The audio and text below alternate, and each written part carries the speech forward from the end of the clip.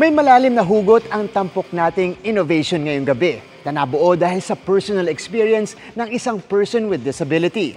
Ang kanyang dinevelop, saklay na komportableng gamitin sa pagko-commute. Tara, let's change the game at alamin ang features ng Nano Crutch. Ang saklay na ginagamit bilang mobility aid ng mga kababayan nating may leg disability. Ni-level up, ginawang mas komportable, sleeker, at mas compact. Meet the Nano Crutch. Innovation ng 40-year-old na si James Camacho.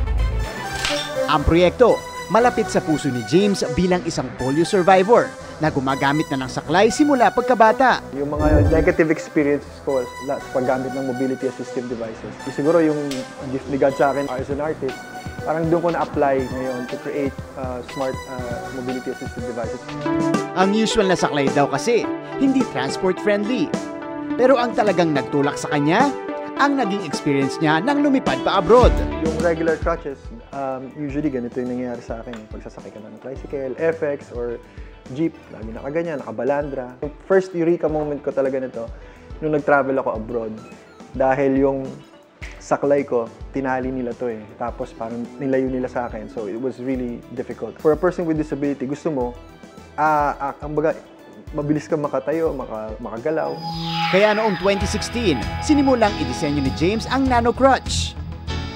At sa tulong ng suporta ng DOST TAPI, nakabuo si James ng prototype nito. Mga kapuso, hawak na natin ang prototype ng Nano Crutch. Gawa po siya sa aluminum at stainless steel. Talagang ang naging goal dito nila Sir James ay yung comfortability at syempre being commute friendly. Meron lang siyang push pin. Ipupull nyo lang siya. Ayan, tapos maglalak na siya dito sa dulo. Itong feature sa taas ang pinaka-interesting para sa akin dahil nakikita nyo ang itsura niya. Ano itsura niya? Para siyang handle ng maleta. Meron siyang push button dito para ma-adjust yung handle. Oh, napakadali. Ito pong Nano Crutch, kayang mag-handle ng up to 150 to 200 kilos. Last National Heroes Day, in partnership with media personality Angie Mead King, nabiyayaan ng Nano Crutch ang 50 disabled AFP members. Target ni James na ma-release ang Nano Crutch sa publiko by next year.